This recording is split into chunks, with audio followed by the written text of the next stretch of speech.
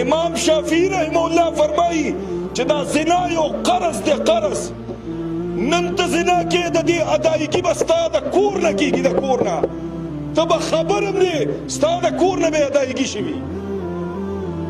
که ته نن دا خبره کې چې زه زنا کوم، زه بدکاري کوم، د بل سړي چې کوم دی حرم پامال کوم جي، د هغه عزت اخلم جي، زما نه څوک خبر نه دي، زما نه د دې ښځې رور او پلار او خاوند خبر نه دي. ستا د کور نه به ادایګي کېږي او ته به خبر نه، خبر ته به خبر نه، ستا د کور نه به د هغې ادایګي شوي.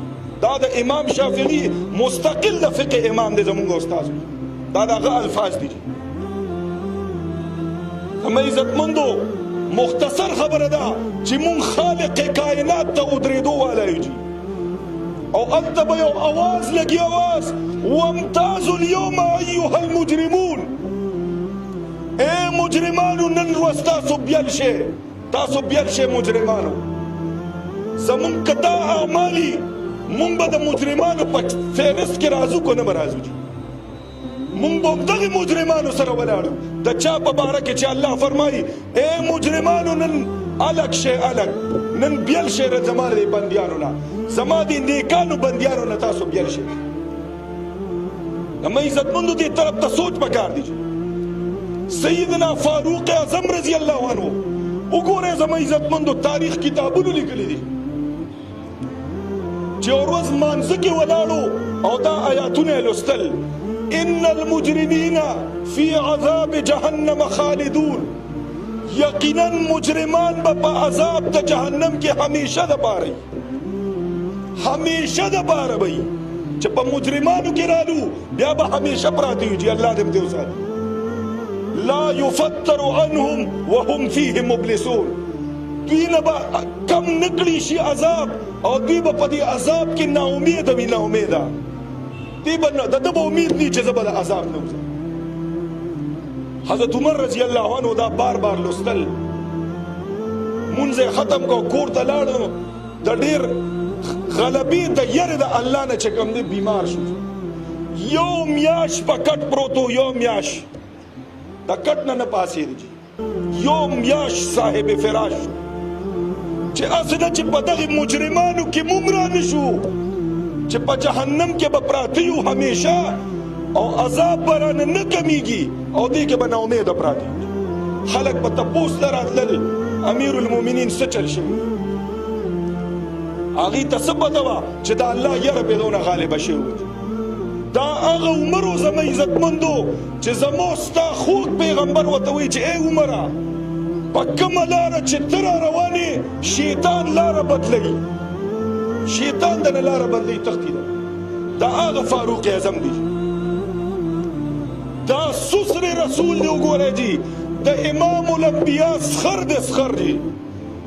د امام الانبیا په منزله د پلار کېږي، پلار سخر ته نبي علیه السلام پلار وي، د نبی علیه السلام د پلار په درجه دی جي. په آغوش کې ولا تر حشر دروازه پورې د هغه په آغوش کې چې کوم دی پروت دی جي.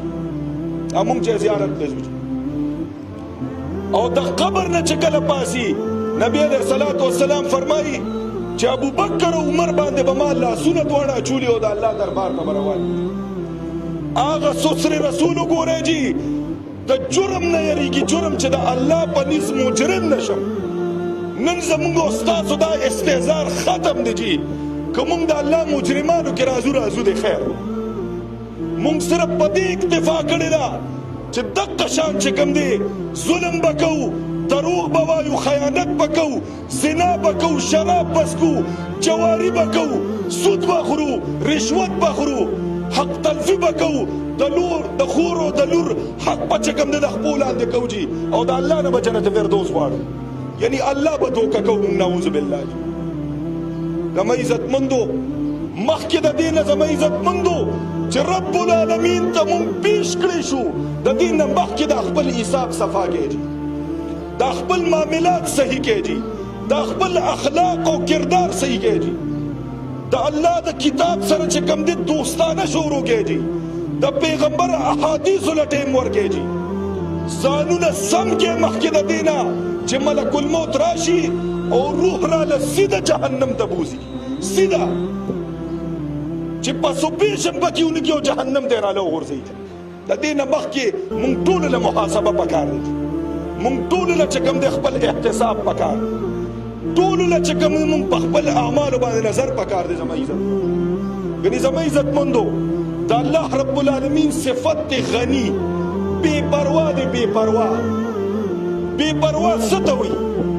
بے پروا ذات ته ویل کېږي چې دا ټول انسانان او پیریان او مخلوقات جهنم ته غورځوي او پروا یې هم رانه شي. پروا یې هم نی چې ما څوک وغورځول کړه، پروا به یې نی. دا ټول انسانان او پیریان او مخلوقات جنت ته بوځي، هېڅ پروا به یې نه وي.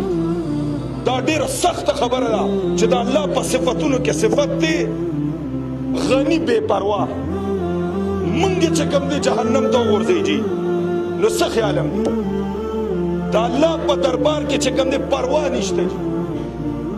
مونږ د الله رب العالمین عین عدل به وي، عین عدل چې مونږ جهنم ته وغورځوي. دا به د هغه انصاف وي، دا به د هغه ظلم نه وي. دا بیا له خطرناکه خبره دی. زما عزتمندو هغه ذات چې په یو اوښ کې څه تویولو سره د ندامت سره د اتیو کالو ګناهونه مې راته معاف کوي، هغه رب زمونږ او ستاسو په انتظار کې ناست. دا راته نه وایي چې هغوسه پورې د څه کول هغوسه کې. دا د هغه په دربار کې نشته. په یوې د ندامت اوښ کې سره زما عزتمندو ابدالابد دې د جهنم نه ساتي. ابدالابد راله خپل چې کوم د رحمتونو سره مخ کوي. نو هغه ذات زمونږ او ستاسو په انتظار دی. که مونږ د دې نه غلطه فایده اوچته کړه، د الله د رحمتونو غلطه فایده لو ګناهونه کوو او توبه تایب کېږو نه زما عزتمندو، نو بیا به یقیني چې کوم دی ځای جهنم وي. او داسې جهنم چې الله وایي ثم لا یموت فیها ولا یحیا، نه به په دې کې مري او نه به ژوندي وي، نه به مري او نه به ژوندي وي. او د الله به هېڅ پروا نه وي. زما عزتمندو خپل اعمالو محاسبه پکار دی جی. ډېر مختصر ژوند دی، ډېر مختصر جی. د الله رسول فرمایي چې زه روز د قیامت داسې لیږلي شوي و دا مسواک او دا منځمۍ ګوتې داسې، یعنې دا ګوتې دا زیم دا د قیامت روز ده. زما نه پس بل نبي نشته او قیامت راتلو والا. قیامت به کله وي؟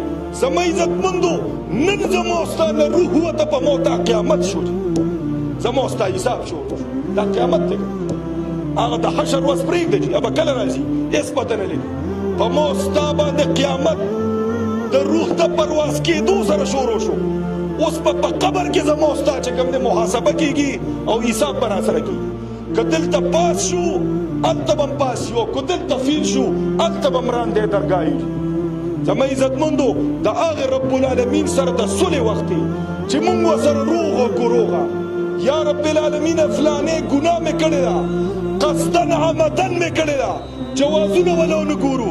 یا رب العالمین زه د هغې نه توبه طایب کېږم. زما وعده ده زه به دا کار نه کوم، زه به بېلمازي نه کوم، زه به د جمع منځونه کوم، زه به روجې نیسم، که صاحب استطاعت یې زکات به ورکوم، حج له به ځم په عمر کې یو ځل.